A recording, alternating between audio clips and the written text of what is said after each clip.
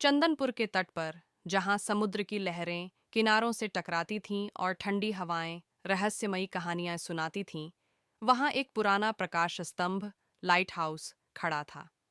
गांव के बुजुर्गों के अनुसार, यह प्रकाश स्तंभ कभी मछुआरों और नाविकों का मार्गदर्शन करता था, लेकिन कई वर्षों से यह अंधकार में था।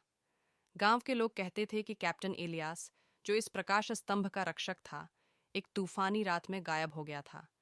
उसके बाद से ही यह जगह वीरान हो गई। लोग इसे भूतिया मानते थे और कोई भी रात में इसके पास जाने की हिम्मत नहीं करता था। लेकिन सैम, एक 14 वर्षीय जिज्ञासु लड़का, इन कहानियों से डरता नहीं था।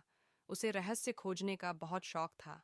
एक दिन, जब वह समुद्र किनारे खेल रहा था, उसे अचानक प्रकाश स्तंभ की ओर से हल्की रोशनी टिमटिमाती दिखी। वह चौंक गया, क्योंकि सालों से यह बंद पड़ा था।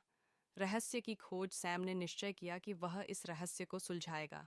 अगली रात, जब पूरा गांव सो रहा था, वह चुपके से प्रकाश स्तंभ की ओर बढ़ा।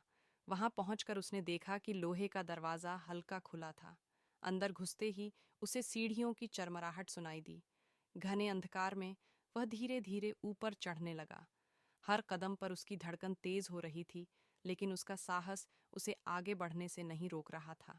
ऊपर जाकर उसने देखा कि लाइट हाउस का विशाल दीपक रहस्यमयी ढंग से जल रहा था, लेकिन वहां कोई नहीं था। हवा में एक अजीब सी सुगंध थी, जैसे कोई पुराना रहस्य अभी भी जीवित हो। तभी उसे एक पुरानी किताब मिली, जिस पर कैप्टन इलियास का नाम लिखा था। गायब कैप्टन की कहानी सैम ने किताब खोली। उसमें लिखा था, अगर कोई यह पढ़ रहा है तो समझ लो कि मैं अपना कर्तव्य निभाते निभाते इस लाइट हाउस का हिस्सा बन चुका हूँ। यह प्रकाश स्तंभ सिर्फ ईंट और पत्थर से नहीं बना, बल्कि इसमें सदियों से कई आत्माएं बसी हैं, जो समुद्र में भटके लोगों की रक्षा करती हैं। जिस दिन मैंने इसे छोड़ना चाहा, उसी दिन यह मुझ में समा गया। सैम ने किताब बंद कर दी। उसकी रीढ़ में सिहरन दौड़ गई। इसका मतलब था कि कैप्टन इलियास कहीं गया नहीं, बल्कि इसी प्रकाश स्तंभ का अभिन्न अंग बन चुका था।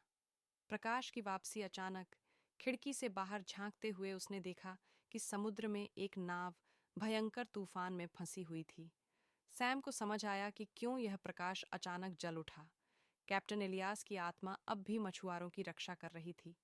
सैम ने हिम्मत दिखाई और लाइट हाउस के लीवर को खींचकर रोशनी को और तेज कर दिया। रोशनी के सहारे नाविकों ने किनारा देख लिया और सुरक्षित किनारे पहुंच गए। अगली सुबह जब गांव वालों को इस घटना का पता चला, तो वे चकित रह गए। उन्होंने सैम की बहादुरी की सराहना की। अब गांव वाले प्रकाश स्तंभ को डर की जगह सम्मान से देखने लगे।